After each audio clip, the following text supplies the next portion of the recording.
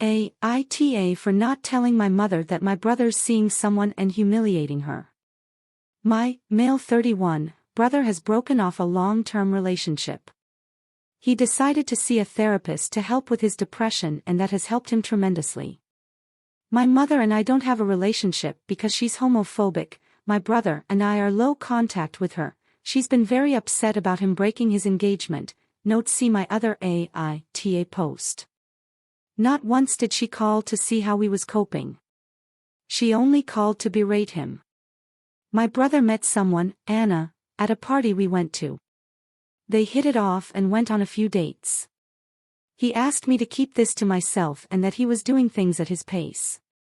Yesterday, I get a call from my mother asking me if I knew that my brother was seeing someone. She said she saw him with Anna at a restaurant and confronted him. My brother freaked out and left Anna at the restaurant. I tell her that his love life is none of her business. She responded by saying that I manipulated her only son into breaking off his engagement. I just hung up and called Anna to see if she needed help. She asked me to come pick her up.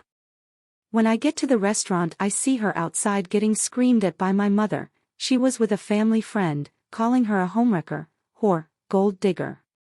Anna got in my car. My mother came to my car and banged on the windows. People were staring now, and my mom literally put herself in front of my car to block our way. I got out of the car, grabbed her arm and pushed her away. She couldn't get a word in because I was yelling about how she's a pathetic excuse of a mother and that all her children fucking hate her, and that's she's the only reason my brother didn't want to tell her he's seeing someone. My mother was speechless for a second and we just left. Anna was shaking, so I decided to bring her over to our house. My brother locked himself in his room and didn't want to talk to anyone. We just sat Anna down, and when she got her bearings she decided to head home, and my partner dropped her off at her house. The next day I get a voicemail from my mother telling me that I humiliated her in front of her friend by telling lies, and slandering her reputation, and that I assaulted her. I am getting calls from family saying that I should never speak to my mother like that, and that it affected my poor mother's mental health. Some of our extended family didn't know why my brother ended his engagement, but they're all taking my Moore's side now. I only feel bad because my brother is also getting bombarded by calls and texts saying he let his ex down, that he was hurting his mother so much, and that he should be ashamed. I feel like we're back at square one because I chose to confront my mother. I tried to get him to make an appointment with his therapist this week, but he's been ghosting me.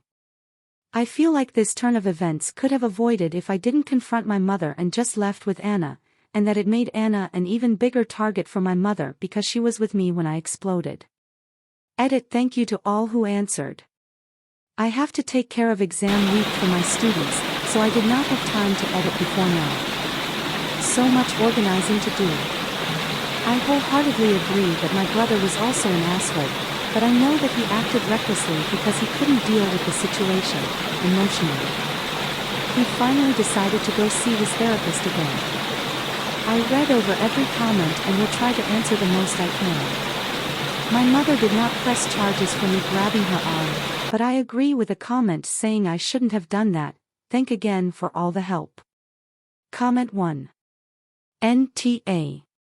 I feel bad for literally everyone except your mother in this scenario. Who cares about her humiliation when she's so unhinged that she's apparently cultivated a flight instinct in her son? I also feel bad for Anna 'cause she's new to the scene and experienced that. Your brother needs a lot of time to work on himself, but I don't see him as a bad guy here even if he left Anna to fend for herself, because this is trauma response levels of shit. Your mother though. Here's hoping her kids cut her off entirely. Comment 2. Tell your relatives it was that or pressing charges on her abusive ass because what she was doing was blatantly illegal. Tell your mother that she embarrassed herself and that, since she doesn't like you handling it yourself, next time you'll call the police and have her arrested for false imprisonment. Also, call the restaurant and ask for security footage. Chances are decent it's on camera, or you'll have witnesses willing to sign an affidavit and seek a restraining order. Update. A short update for everyone. I have decided to go full no contact with my mother, and all my siblings have decided to do the same after they heard about what happened. Obviously, my mother is not pleased and is telling everyone I demonized her. If I try chucking holy water at her, we'll never know. I am moving out of the country for a job opportunity with my current partner. Frankly, I feel like putting as much distance between me and my mother is going to be the best outcome for everyone. We're moving in about 2 months to Switzerland. Anna and my brother have spoken about what he did. He's apologized and told her that he thought, at that time, that he was ready to move on and be his normal self again, but he realized he would need more help.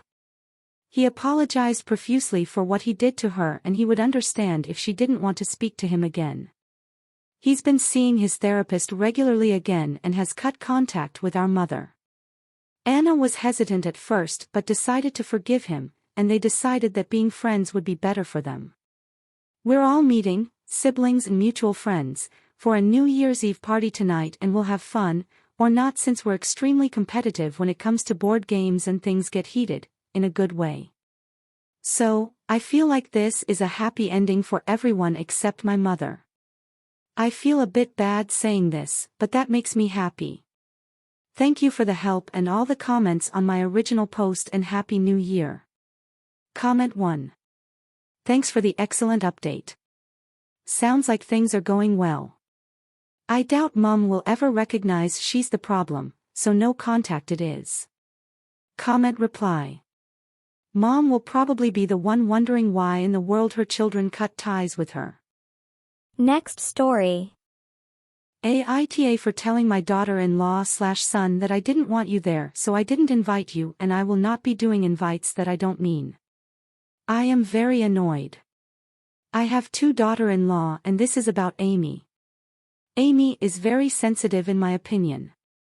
This isn't always a bad thing, but there have been multiple times where she has started crying over small things. She started crying when I informed her my childhood dog, over 40 years ago, was dead. For this reason my son is extremely protective over her. The outdoors are also not comparable with her, to be honest. She is clumsy, which usually results in her falling and getting hurt. The worst case was when she fell and scraped her knee and start bawling. I truly thought someone was dying or extremely hurt. It was a scrapped knee. Instead of it feeling like an adult relationship, it feels like I have to babysit her all the time. Not mention waking on eggshells or she might cry. My 2 daughters also feel this way, and when we bring it up my son will not entertain the conversation. I don't know what's going on with her, but we have raised our complaints before and nothing changes. So I am planning a camping trip, and I invited my other daughter-in-law and my daughters. The reasons above, I didn't invite Amy. I also believe not everyone has to be invited to everything. She is still invited to all full family trips/holidays/get-togethers. She also has never invited me out, which is fine. The trip is next weekend. They came over to pick up the kids and asked me babysit next week. I turned it down since I will be gone. They learned about the trip since I wasn't going to lie. Amy got quiet and asked why she wasn't invited. I told her this was just a trip with them. She got quiet and my son got pissed and told me I should have invited her. I reiterate, this wasn't a family trip, nothing was working. After going in circle, I had enough. I told both of them I don't invite her since I didn't want her there. I will not be giving invites to someone I don't want at the event. You don't get invited everywhere, and they both need to be an adults and understand. If they can't get that through their heads, then I will bring up every family vacation they took where I didn't get an invite. They both called me an asshole. Comment 1. NTA.